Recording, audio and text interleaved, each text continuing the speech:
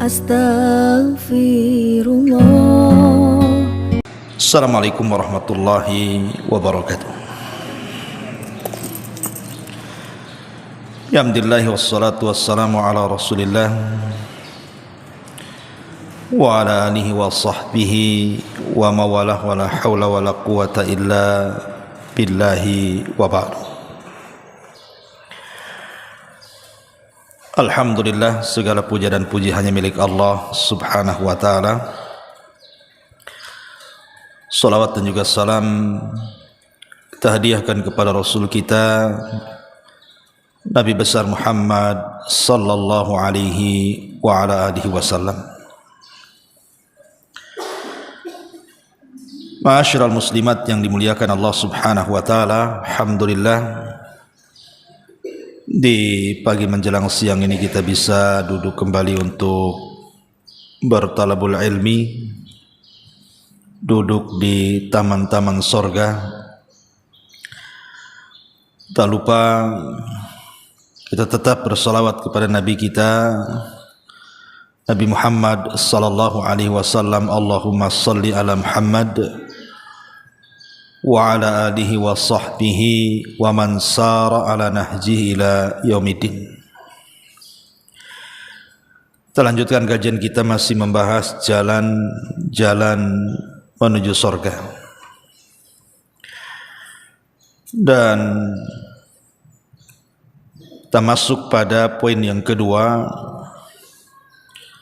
Di antara jalan-jalan menuju surga adalah kathratul istighfari, memperbanyak istighfar.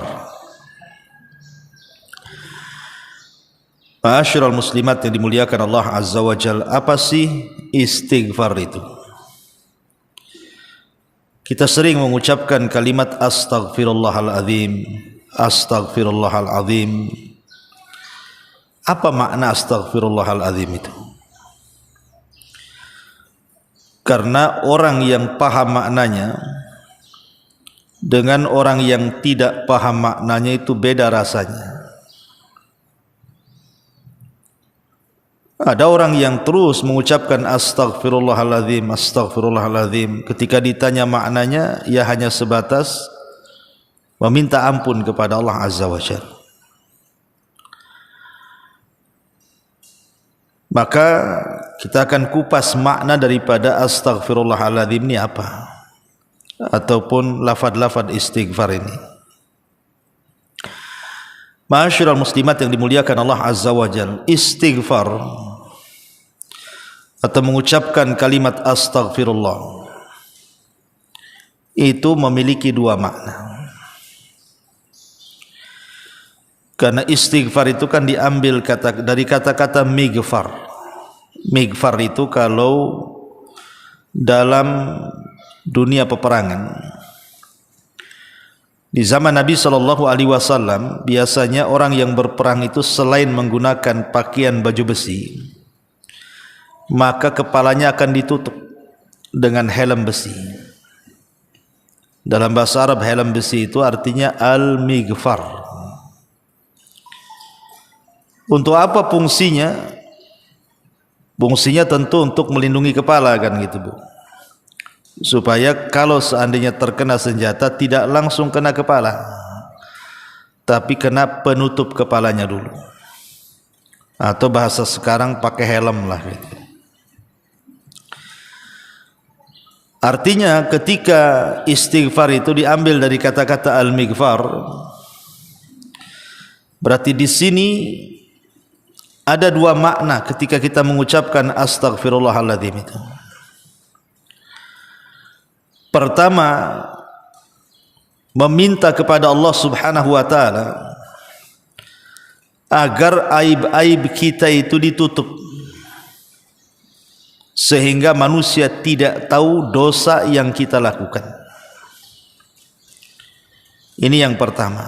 Jadi kalau ibu mengucapkan astaghfirullah, itu artinya ibu meminta kepada Allah subhanahu wa ta'ala agar Allah menutup aib-aib kita, menutup dosa-dosa kita.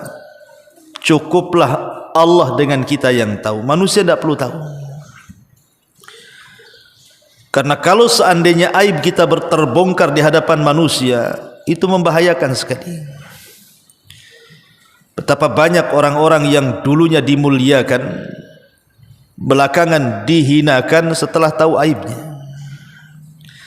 Betapa banyak orang-orang yang dulu dielu-elukan, dipuja dan dipuji manusia, tiba-tiba kemudian dicaci dan dimaki manusia karena ketahuan aibnya.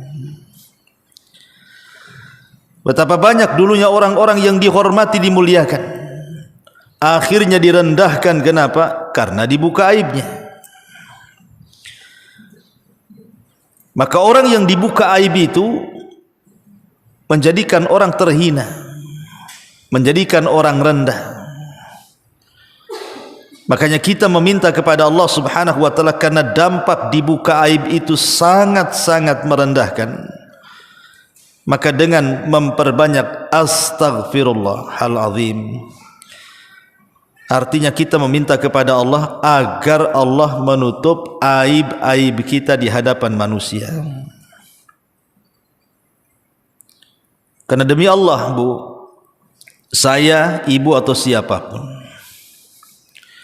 sampai hari ini masih dimuliakan orang, masih dipandang orang, terkadang masih dipuja-puja orang. Itu karena aib kita masih ditutup saja. Kalau seandainya aib kita dibuka dan dibongkar oleh Allah Subhanahu wa taala, boleh jadi tidak ada orang yang berkawan dengan kita, yang ada orang pula menghina-hina kita. Maka bersyukurlah kepada Allah Azza wa Jalla, aib kita masih ditutup. Lah supaya tetap dan terus ditutup, perbanyak istighfar. Perbanyak istighfar. Makanya Imam Ahmad ibn Hanbal rahimahullahu taala, ketika dia belanja ke pasar, dia banyak membeli barang-barang, datanglah murid-muridnya dari mana-mana, karena satu pasar itu murid dia semua.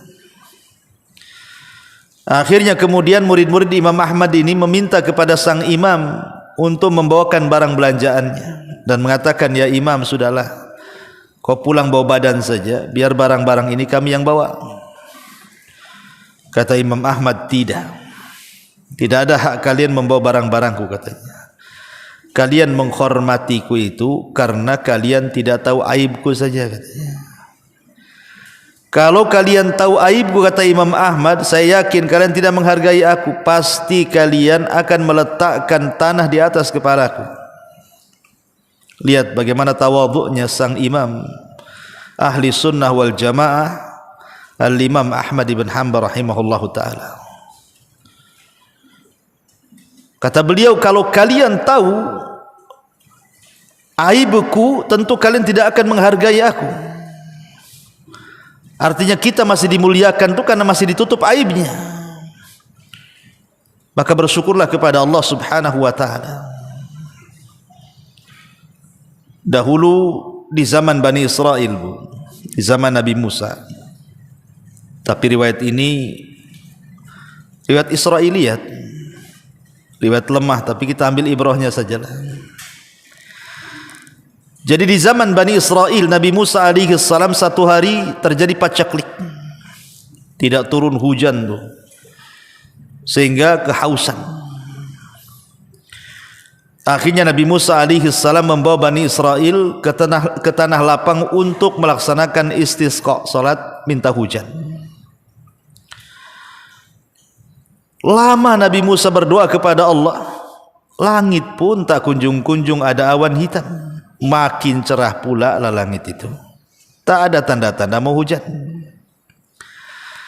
Sehingga Nabi Musa alaihi salam yang merupakan kalimur rahman, Nabi yang sering berdialog dengan Allah Azza wa Jalla, berusaha berdialog dengan Allah dan mengatakan, ya Rabb, kenapa kami semua sudah meminta kepadamu hujan, tapi kok tak kabul-kabulkan doa kami? Maka Allah Subhanahu wa ta'ala mengatakan kepada Nabi Musa, ya Musa, inna fikum rajulun asallaha arba'ina sanatan yang menghalangi aku tidak memberikan hujan kepada kalian itu karena di tengah-tengah kalian ada seorang laki-laki yang bermaksiat kepada Allah Subhanahu wa taala 40 tahun. Kalau engkau mau keluarkan laki-laki itu dari tanah lapang itu, maka aku akan turunkan hujan. Maka Musa mengatakan, siapa ya Rabb, siapa namanya, akan kupanggil. Tapi Allah Subhanahu wa taala salah satu sifat namanya apa? As-Sittir. Allah itu tidak mungkin membongkar aib hambanya. Dia Maha Penutup. Maka Allah mengatakan, ya Musa, tidak mungkinlah kusebutkan orang itu, cukuplah kau berteriak saja. Siapa di antara kalian yang bermaksiat 40 tahun keluar dari lapangan. Akhirnya kemudian Musa pun mulai mengatakan ucapan seperti itu. Man minkum rajulun asallaha arba'ina sanatan fakhruj. Siapapun di antara kalian yang melakukan maksiat 40 hari, tolong keluar dari tanah lapang ini. Semua manusia yang hadir di situ Bani Israel saling meliriklah satu dengan yang lainnya. Kira-kira siapa nih? Siapa nih? Siapa nih? Ya nggak ada yang mau ngaku lah di hadapan orang ramai kan gitu. Tapi rupanya dari sekian ribu Bani Israel itu adalah satu anak muda menundukkan pandangannya ke bawah sambil menutup wajahnya. Kemudian dia merasa dan mengatakan, ya Rabb, apakah setelah 40 tahun aku bermaksiat kepadamu, kau tutup aibku selama 40 tahun itu? Tiba-tiba hari ini kau bongkar aibku sehingga semua orang tahu tentang aibku. Malunya aku di hadapan manusia ya Rabb. Inni tubtu ilaika, aku bertobat ya Rabb. Selepas ini aku tidak mungkin lagi bermaksiat. Ketika laki-laki ini bertobat, tiba-tiba langit gelap. Tiba-tiba kemudian hujan. Nabi Musa makin heran lah. Katanya kalau seandainya ingin dihujani, laki-laki itu harus keluar dari tanah lapang. Kok tidak ada yang keluar, tiba-tiba hujan pula. Maka Musa mengatakan, ya Rabb, bukankah orang yang kau maksudkan itu belum keluar dari tanah lapang ini? Kenapa kau berikan hujan kepada kami? Maka Allah mengatakan, ya Musa, orang itu sudah bertobat dan kuterima tobatnya. Artinya sudah tidak ada penghalang aku menghujani kalian. Maka Musa makin penasaran dan mengatakan, ya Rabb, tunjukkan orang itu, siapa dia? Maka Allah mengatakan, ya Musa, 40 tahun aku sembunyikan aib dia. Kalau aku beritahu namanya, berarti aku membongkar aibnya. Cukuplah kau tahu bahwa dia sudah bertobat kepada Allah Azza wa Jalla.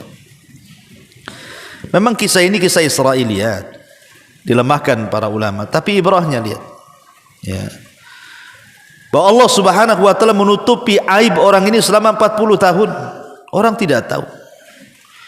Dan ini rahmat dari Allah, kasih sayang Allah kepada kita, menutup aib-aib kita. Karena tadi saya katakan dampaknya Bu, orang kalau sudah dibongkar aibnya, walaupun dia seorang ustadz, imam masjid, seorang kiai, tuan guru, syekh, kalau sudah terbongkar aibnya, jatuh di mata manusia. Allah bisa saja membongkar aib siapapun. Awalnya berpuluh-puluh tahun dihormati, dengan satu kali saja Allah membuka aibnya, langsung manusia menghina dia. Lah dengan memperbanyak istighfar itu, yang pertama maknanya, artinya ketika kita katakan astaghfirullahaladzim itu, yang pertama maknanya kita sedang meminta kepada Allah agar Allah menutup aib kita di hadapan manusia. Ini yang pertama. Yang kedua, mana istighfar, ucapan astaghfirullahaladzim itu maknanya Bu, artinya kita meminta kepada Allah agar kelak pada hari kiamat, dosa-dosa yang kita lakukan di dunia itu tidak dibalas oleh Allah, alias diampuni. Jadi kita meminta kepada dengan kalimat astaghfirullahaladzim, seolah-olah dosa-dosa yang kita lakukan, karena manusia tidak mungkin lepas dari dosa, Bu. Setiap hari kita melakukan dosa. Tapi dengan mengatakan astaghfirullahaladzim, maka kita meminta kepada Allah, walaupun kita banyak melakukan dosa di dunia, ya Rabb, tolong jangan kau siksa kami dan ampunilah dosa-dosa kami. Makanya nanti pada hari kiamat ada seseorang yang didatangkan kepada Allah Subhanahu wa taala dan disuruh membawa catatan keburukannya. Kemudian oleh Allah Subhanahu wa taala disuruh baca pula tuh. Kemudian Allah Subhanahu wa taala bertanya kepada laki-laki ini, "Ata'rifu dzamba kadza?" Apakah engkau tahu dosamu? Iya ya Rabb. Bukankah kau sudah melakukan dosa ini dan itu? Maka dia mengatakan, iya wahai Rabb. Bukankah engkau sudah melakukan dosa ini dan itu? Maka dia mengatakan, iya wahai Rabb. Terus setiap ditanya dia mengaku, setiap ditanya dia mengaku. Maka Allah Subhanahu wa taala mengatakan, al-an, sekarang wahai fulan, satartuka fid dunya wa ghafartu lakal yaum. Dulu di dunia kau banyak melakukan dosa, ku tutup aibmu. Sekarang ku ampuni dosa-dosamu. Itulah makna istighfar, Bu. Jadi kalau ibu mengatakan astaghfirullahaladzim, astaghfirullahaladzim, artinya kita minta dua perkara di situ. Satu, minta agar Allah menutup aib kita. Dua, minta kepada Allah agar kita diampuni dosanya, dan setiap dosa yang kita lakukan di dunia tidak dibalas oleh Allah Azza wa Jalla. Itu makna istighfar tuh. Nah, di sini pahamlah itu makna istighfar. Ya. Ma'asyiral muslimat yang dimuliakan Allah Subhanahu wa taala. Istighfar ini banyak keutamaannya. Banyak keutamaan dan kemuliaan. Makanya kenapa di beberapa tempat kita disuruh untuk mengucapkan istighfar. Seperti umpamanya, contoh saja, ketika seseorang hendak tidur, maka kita disuruh membaca astaghfirullah alladzi la ilaha illa huwal hayyul qayyum wa atubu ilaih. Ataupun ketika kita sedang istisqa, meminta hujan, maka kita pun diperintahkan atau dianjurkan memperbanyak istighfar, astaghfirullah alladzi la ilaha illahu al hayyul qayyum wa atubu ilaih. Ataupun ketika ibu keluar dari kamar mandi, entah ibu habis berak, habis kencing atau apa, pokoknya masuk ke kamar mandi lah, maka keluar, kita diperintahkan apa, Bu? Ghufranaka. Ghufranak itu artinya meminta ampun kepada Allah Azza wa Jalla. Istighfar juga. Kemudian juga apabila selesai dari wudu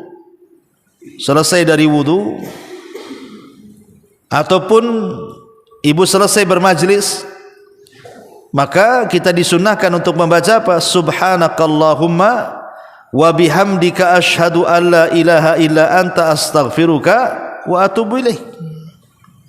Suruh istighfar. Ataupun selepas salat 5 waktu, Bu.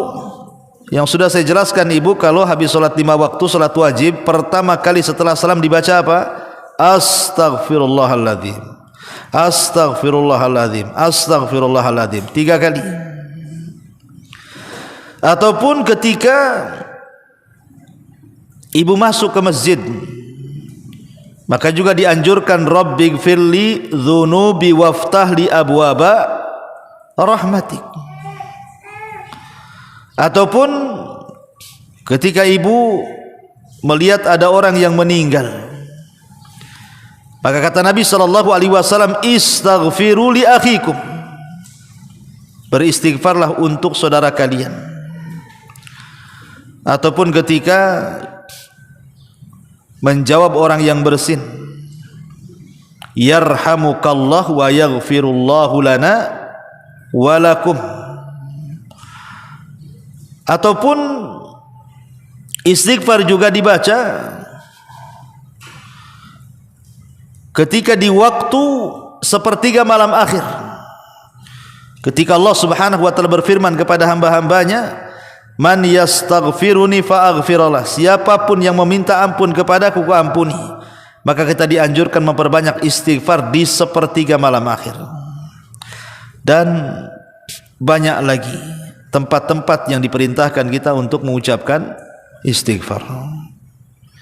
Kenapa demikian luar biasanya sampai dianjurkan di beberapa tempat untuk memperbanyak istighfar itu? Karena faedah istighfar itu banyak. Pertama, al-qurbu minallah. Orang yang banyak beristighfar itu biasanya lebih dekat dengan Allah Azza wa Jalla. Karena setiap seorang muslim itu disibukkan dengan zikir kepada Allah, dengan lafaz-lafaz astaghfirullah, astaghfirullah itu. Berarti hamba ini memang dekat sekali dengan Allah Azza wa Jalla. Kemudian yang kedua, sababun fi tafrijil qurab. Sebab di mana kesulitan-kesulitan kita itu akan mudah diuraikan. Bisa menghilangkan sesaknya dada, bisa menghilangkan gundah gulana, bisa menghilangkan kesetresan hidupnya. Orang yang banyak istighfar itu, Bu, tenang hidupnya. Asal ibu yakin, betul-betul yakin. Jangan asal bicara saja, asal terlontar, tapi dihayati makna istighfar tadi. Makanya dahulu di zaman tabi'in, ada orang-orang datang kepada Hasan Al-Basri rahimahullahu ta'ala, kemudian mengadukan soal kesulitan hidup mereka. Yang satu mengatakan, ya Imam, aku sudah lama nikah loh, kok tak kunjung-kunjung pula dikasih momongan. Yang satunya mengatakan, ya Imam, sawah kami sudah retak-retak, tak kunjung pula datang hujan. Yang satu mengatakan, ya Imam, aku sudah berusaha bekerja ke sana kemari, tapi tak kunjung pula diberikan kekayaan.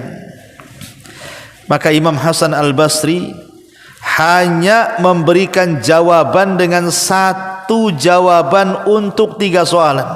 Apa kata Imam Hasan Al-Basri? Istaghfiru rabbakum, perbanyak istighfar kalian kepada Rabb kalian.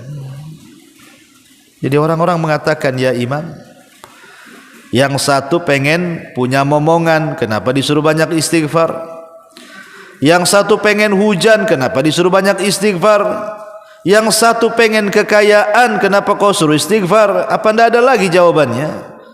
Maka akhirnya Hasan Al-Basri mengatakan, celaka kalian. Bukankah Allah Subhanahu wa taala yang mengatakan, faqultu astaghfiru rabbakum innahu kana ghaffara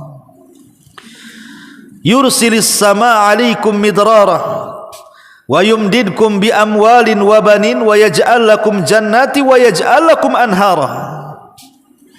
Bukankah Allah mengatakan faqultu astaghfiru rabbakum, perbanyaklah istighfar kepada Rabb kalian, karena Dia adalah Ghaffara, zat yang Maha Pengampun. Yursilis samaa 'alaikum midrara, kalau kalian banyak istighfar Allah akan hujani kalian. Artinya dengan banyak istighfar itu penyebab turun hujan. Yursilis samaa 'alaikum midrara wa yumdidkum bi amwalin, dan dengan istighfar itu Allah luaskan harta kalian. Wa yumdidkum bi amwalin wa banin, dan Allah akan berikan banyak keturunan kepada kalian. Ini Allah yang mengatakan, kalau kalian banyak istighfar akan diturunkan hujan, akan diperbanyak kekayaan, akan diperbanyak turunan. Makanya saya katakan istaghfiru rabbakum, perbanyak istighfar oleh kalian. Karena istighfar itu faedahnya adalah menghilangkan kurab, kepenatan, kesulitan, kesetresan dan begitu seterusnya. Kemudian yang ketiga, istighfar itu sababun fi dukhulil jannah. Sebab di mana orang itu mudah masuk ke dalam surga. Jadi istighfar ini mudah sekali. Dengan istighfar ini kita dimasukkan ke dalam surga. Karena yang menghalangi orang masuk surga itu kan dosa, Bu. Karena dosa itu penyebab orang masuk neraka. Dan lawan daripada melakukan dosa itulah istighfar. Jadi kita melawan lawannya. Lawan dosa istighfar. Kalau orang berbuat dosa melakukan kemaksiatan, ketika kemudian dia istighfar meminta kepada Allah agar diampuni dosa-dosa maksiatnya, makanya kemudian istighfar itu penyebab mudah orang masuk surga. Kemudian yang keempat, sababun fi daf'il bala. Sebab di mana musibah-musibah itu bisa tercegah dengan memperbanyak istighfar. Karena Allah Subhanahu wa taala ketika bicara soal keamanan, wa ma kana Allahu liyu'adzibahum wa anta fihim wa ma kana Allahu mu'adzibahum wa hum yastaghfirun. Kata Allah Subhanahu wa taala, tidak mungkin Allah mengadab sebuah kaum kalau engkau wahai Muhammad hidup di tengah-tengah mereka, dan tidak mungkin Allah mengadab sebuah kaum kalau kaum itu terus memperbanyak istighfar. Dalam ayat ini ada dua keamanan. Orang kalau ingin aman hidup di tengah-tengah Nabi sallallahu alaihi wasallam. Masalahnya Nabi sudah meninggal. Berarti tinggal ada satu keamanan lagi. Apa itu? Memperbanyak istighfar. Wa ma kana Allahu mu'adzibahum wa hum yastaghfirun. Dan Allah tidak mungkin mengadab sebuah kaum sampai mereka banyak melakukan istighfar.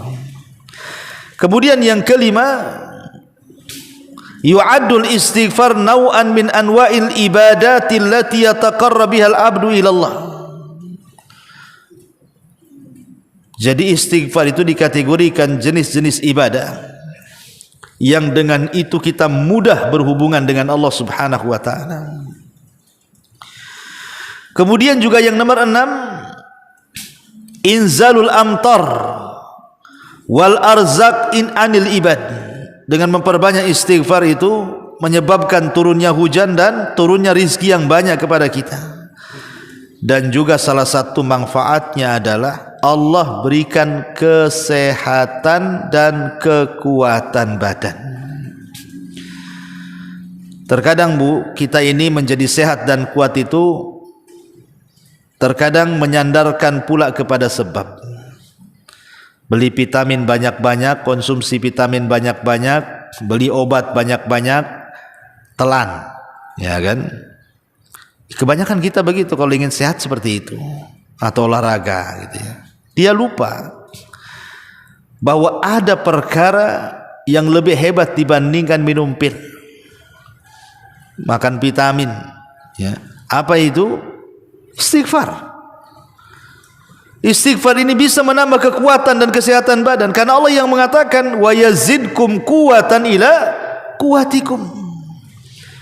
Ketika Nabi Saleh berdakwah ketika Nabi Hud alaihi salam berdakwah kepada kaumnya, Nabi Hud mengatakan apa? Ya qaumi istaghfiru rabbakum. Hei kaumku, perbanyak oleh kalian istighfar.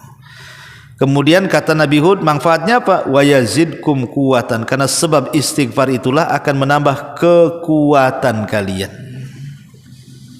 Jadi kalau ingin sehat, perbanyak aja istighfar. Ma'asyiral muslimat yang dimuliakan Allah Azza wa Jalla. Kemudian juga yang nomor 7,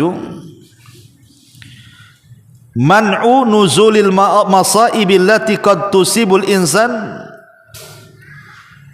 bisa mencegah turunnya musibah-musibah, entah tsunami, entah banjir, entah gempa, entah apalah pokoknya. Maka dengan banyak istighfar itu bisa mencegah musibah-musibah seperti itu.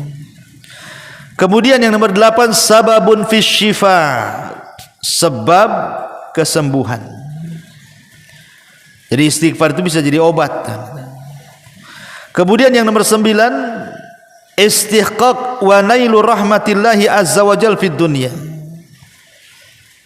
Maka dia akan mendapatkan banyak kasih sayang Allah Subhanahu wa taala di dunia wal akhirati, dan akhirat, sebagaimana Allah mengatakan, ya qaumi lima tasta'jiluna bis sayyiati qabla al hasanati laula tastaghfirunallah. Di sini syahidnya, kalau kalian beristighfar kepada Allah, la'allakum turhamun, tentu kalian akan mendapatkan rahmat Allah Subhanahu wa taala. Kemudian yang nomor 10, sababun fi takfiris al-katsiri minal akhta'. Sebab orang itu mendapatkan ampunan yang banyak. Jadi kesalahan-kesalahannya akan dihapus oleh Allah Azza wa Jalla. Dan tentu yang paling besar adalah sababun fi najati minan nar yaumal qiyamah. Sebab terbesar kita terselamatkan dari api neraka pada hari kiamat. Taib asyiral muslimat yang dimuliakan Allah Subhanahu wa taala. Inilah manfaat, dan banyak sebenarnya manfaat istighfar ini sebagian kecil saja. Adapun lafaz-lafaz istighfar sebagaimana dikeluarkan Imam Bukhari, Nabi itu paling banyak mengucapkan Rabbighfirli wa tub alayya innaka antat tawwabur rahim. Ini lafaz yang paling sering dibaca Nabi. Rabbighfirli wa tub alayya innaka antat tawwabur rahim. Ya Rabb, ampuni dosaku, ampunilah kesalahanku, karena Engkau zat yang maha penerima taubat dan maha pemberi kasih sayang. Ataupun Rasul juga mengajarkan lafaz istighfar yang lain, astaghfirullah alladzi la ilaha illa huwal hayyul qayyum wa atubu ilaih. Nah, itu juga di antara lafaz yang diajarkan Nabi. Ustaz, dua-duanya panjang, yang pendek lah. Yang pendek astaghfirullahaladzim lah, yang pendek itu yang paling mudah ya astaghfirullah. Al-azimnya dibuang, pendek lagi itu astagfirullah, astagfirullah, nah, gitu ya. Itu kan yang paling pendek lah, astagfirullah wa atubu ilaihi, ya. Masyarul muslimat yang dimuliakan Allah Azza wa Jalla. Tapi dari semua istighfar, karena semua para nabi, Bu, baik Nabi Nuh, Nabi Saleh, Nabi Musa, dan semua para nabi, kalau kita membaca Quran itu, mereka senantiasa beristighfar dan menyuruh umatnya untuk beristighfar. Makanya Nabi kita saja, sebutkan oleh Muslim itu, dalam sehari Nabi SAW tidak kurang dari 100 kali, 70 sampai 100 kali, tidak kurang dari 2 angka itu. Rasul membaca astagfirullahaladzim, astagfirullahaladzim. Itu Nabi, Bu, kan? Karena memang rahasia istighfar luar biasa. Tapi dari semua, kayak saya katakan, dari semua lafaz-lafaz istighfar yang diajarkan kepada kita, Bu, maka ada satu lafaz yang merupakan rajanya istighfar. Rajanya istighfar. Apa itu? Sayyidul istighfar. Allahumma anta rabbi la ilaha illa anta khalaqtani wa ana abduka wa ana ala ahdika wa wa'dika mastata' a'udzu bika min syarri ma sana' abu'u laka bi ni'matika 'alayya abu'u bi dzambi faghfirli fa innahu la yaghfiru dzunuba illa anta. Siapapun yang membacanya di pagi hari, kemudian Allah takdirkan dia meninggal sampai sore hari, maka dijamin masuk surga.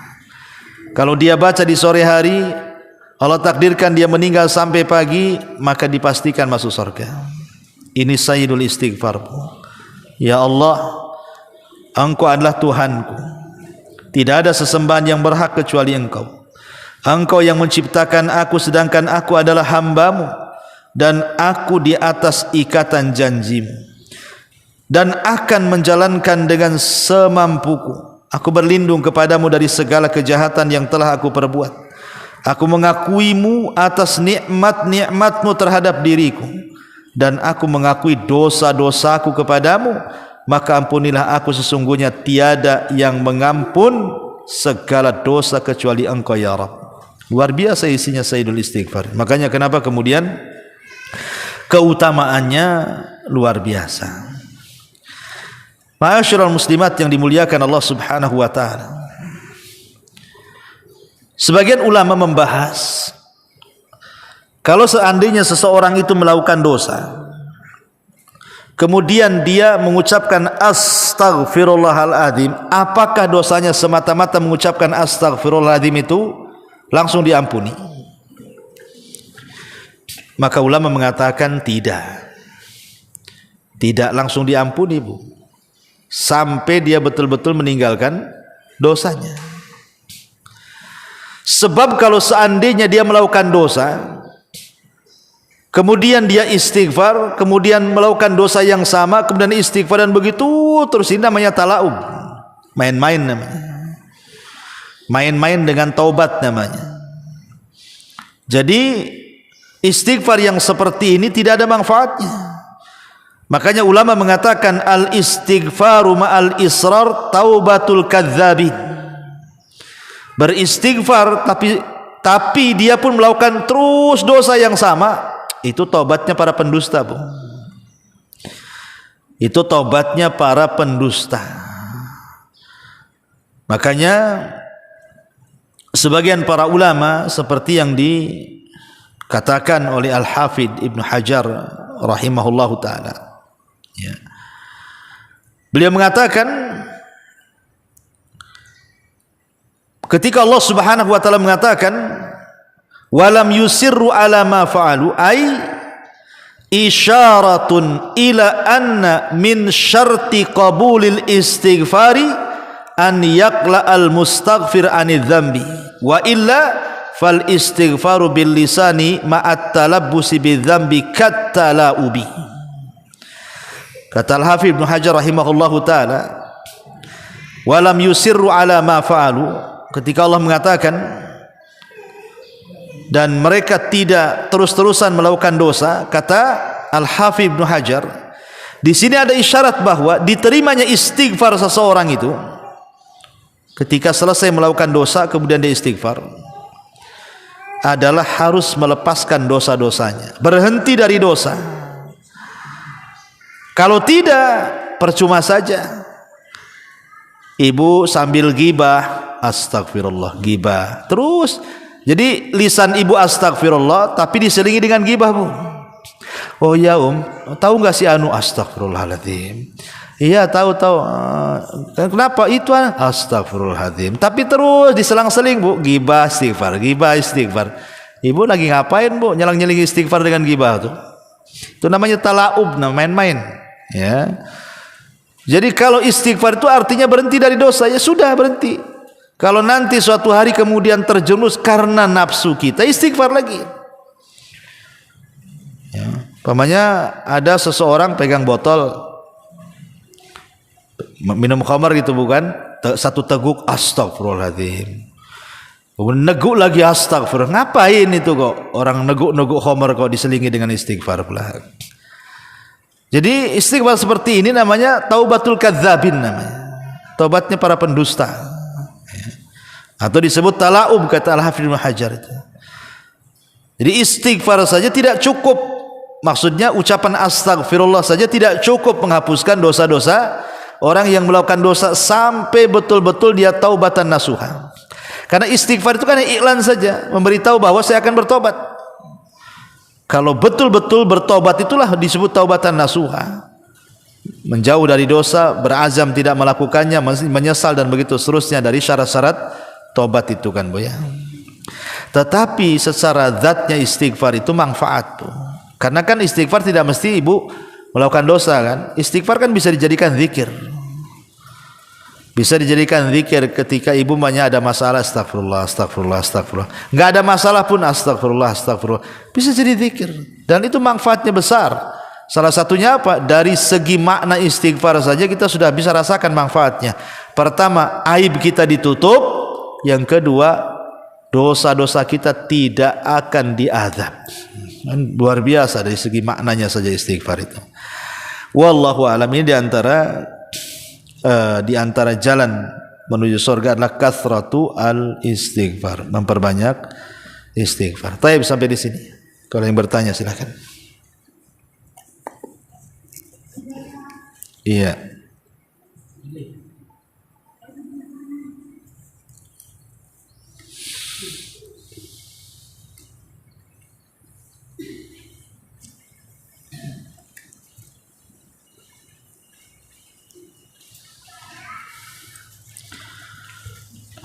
Tapi di sini ada soalan. Apa bedanya istighfar dengan taubat? Apa ciri-ciri diterima atau tidaknya taubat kalau oleh Allah Azza wa Jalla? Iya. Istighfar dengan taubat beda, Bu. Kalau istighfar itu lisan. Astaghfirullah artinya saya meminta ampun. Lisan kita mengiklankan minta ampun. Minta supaya dosa-dosa kita diampuni oleh Allah dan tidak diazab di akhirat. Minta supaya dosa-dosa kita tidak diungkap di hadapan manusia alias ditutup aib kita. Itu istighfar. Kalau taubat ini meninggalkan perbuatan dosa. Jadi kalau istighfar itu lisan, kalau taubat itu perbuatan. Berarti ketika lisan kita mengatakan astagfirullah, kemudian kita lempar botol di tangan, saya tidak mau minum khamar lagi, berarti ibu sudah menggabungkan istighfar dan taubat namanya. Ibu lagi gibah, lagi enak-enaknya gibah, ingat gibah itu dosa, astagfirullahaladzim, langsung cabut dari majelis itu, Bu. Berarti ibu menggabungkan istighfar dan taubat. Istighfar itu lisan, taubat itu perbuatan, dan harus dua-duanya ada. Adapun ciri-ciri orang yang diterima taubat dan tidaknya itu nampak, Bu. Kondisinya jauh lebih baik ataukah lebih buruk. Kalau kondisinya jauh lebih baik daripada sebelum dia bertobat kemudian bertobat, maka ciri-cirinya itu tobatnya dapat taufik tuh. Yang tadinya dulu nggak sholat, kemudian tobat, rajin pula dia sholat. Yang tadinya nggak pakai jilbab nutup aurat, tiba-tiba habis tobat ditutup semua anggota badannya. Yang tadinya tidak pernah baca Quran, yang tadinya tidak pernah hadir di majelis taklim, tahu-tahu hadir di majelis taklim. Pokoknya siapapun yang kondisinya jauh lebih baik daripada sebelumnya, itu tanda-tanda diterima taubatnya. Artinya dia dapat taufik dan hidayah tuh. Tapi kalau seandainya terbalik, Bu,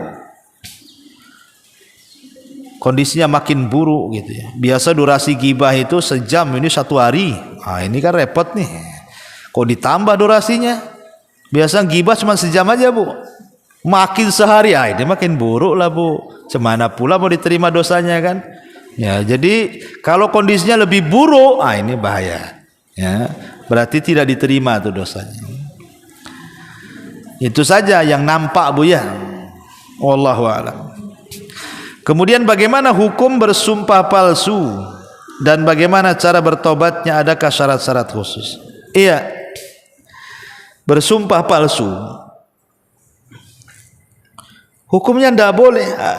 Rasulullah SAW memasukkan sumpah palsu itu dosa besar. Ala qauluz zur, ala wa qauluz zur, ala wa qauluz zur, 3 kali Rasul mengatakan hati-hati jangan sumpah palsu, hati-hati jangan sumpah palsu, hati-hati jangan sumpah palsu. Sampai Rasul mengulang 3 kali, yang tadinya duduk sampai bangkit Rasul menyebutkan kalimat qauluz zur itu. Saking bahayanya, karena sumpah palsu ini bahaya, Bu. Contohnya di pengadilan, Bu. Di pengadilan ya. Kalau saksi-saksi itu kemudian berani bersaksi dan dibayar, disuruh dia bersumpah palsu karena mendapatkan bayaran, itu bisa saja orang yang tidak bersalah jadi bersalah. Orang yang tidak berhak dipenjara jadi dipenjara, orang yang tidak berhak dibunuh jadi dibunuh, orang yang tidak berhak diambil hartanya diambil hartanya, kan itu. Karena sumpah palsu itu. Itu contoh di persidangan saja. Ataupun di pasar, yang tadinya dia dapat barang bagus, karena kena tipu sumpah-sumpah, jadi barang jelek. Dan begitu seterusnya. Ya. Makanya kenapa sumpah palsu itu termasuk dosa besar. Dan taubatnya sumpah palsu ya bayar kafarah sumpah lah bu.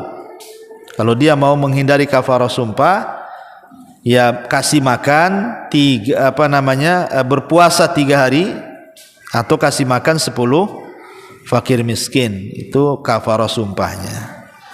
Wallahu a'lam.